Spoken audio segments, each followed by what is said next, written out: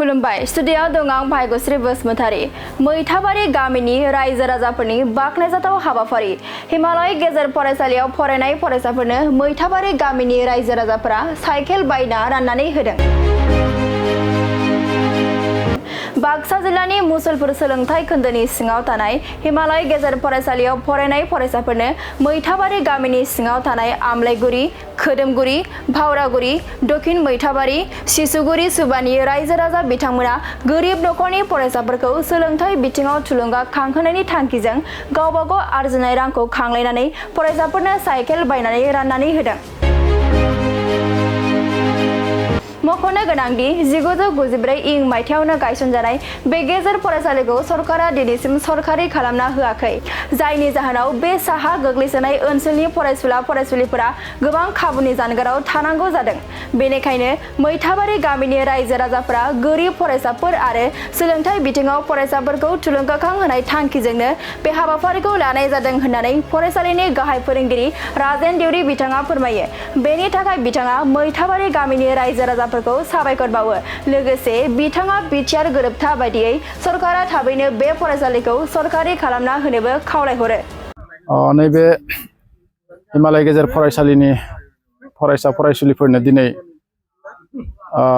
हिमालय गेजेर फरायसालि सामलाय आफाद माने SMC निफ्रायनो गोरिब गथ'फोरनो साइकेल रानना होनाय जादों। बे साइकेल राननायनि फैसाखौ बे हिमालय गेजेर फरायसालिजों लोब्बा थानाय गामि मोनद' गामि बे गामिनिनो गासै रायजो राजाफोरानो खांलायलायनानै होनाय जादों, जाहाथे गथ'फोरा फरायसालियाव फैनायाव जेबो उसुबिदा जाया, बयबो फैनो हायो, बेखौ नोजोर लाखिनानै बिसोरो फरायनायाव थुलुंगा मोनथों होननानै बे हाबाफारिखौ एबा बे थांखिखौ लानाय जादोंमोन।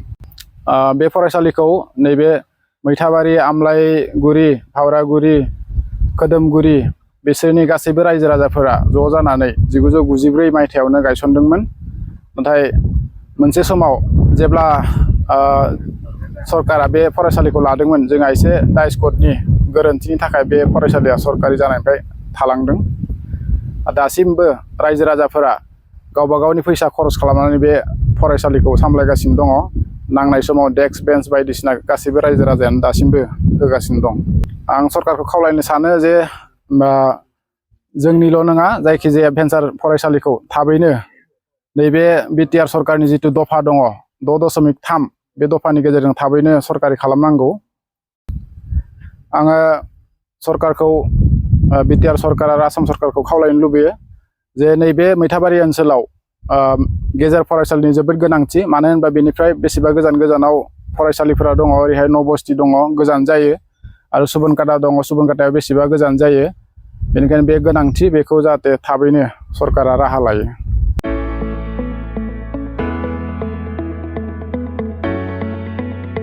मोनसे गोजोनथाव खौरां। बर' सावथुन नायनो मोजां मोनग्रा रायजो राजाफोरनि थाखाय मोनसे गोजोनथाव खौरां। खम बेसेननि गेजेरजोंनो नोंथाङा नायनो हागोन बर'नि गासै गोजाम गोदान सावथुनफोरखौ। बर' सावथुन नायनो थाखाय ओंखारदों मोनसे आंगो स्ट्रिम एप। बे आंगो स्ट्रिम एपखौ नोंथाङा नोंथांनि मबाइलाव डाउनल'ड खालामनानै खम बेसेनावनो बर'नि गोजाम गोदान गासै सावथुनफोरखौनो नायनो हागोन। लोगोसे फैबाय थानाय समावबो बड' वेब सिरिज, डकुमेन्ट्रिज बायदिफोरखौबो नोंथाङा बे आंगो स्ट्रिम एपनि गेजेरजोंनो नुनो मोनगोन। बेनि अनगायैबो बर' सावथुननि दिहुनगिरिफोराबो बे आंगो स्ट्रिम एपआव गाव गावनि सावथुनखौ आपल'ड होनो थाखाय खौरां लाहरनो हागोन। आरो जाय बिथांमोननि सावथुनफोरा इउटुबाव पाब्लिश जायाखै, बिथांमोनाबो बे एपआव आपल'ड होनो थाखाय खौरां लाहरनो हागोन।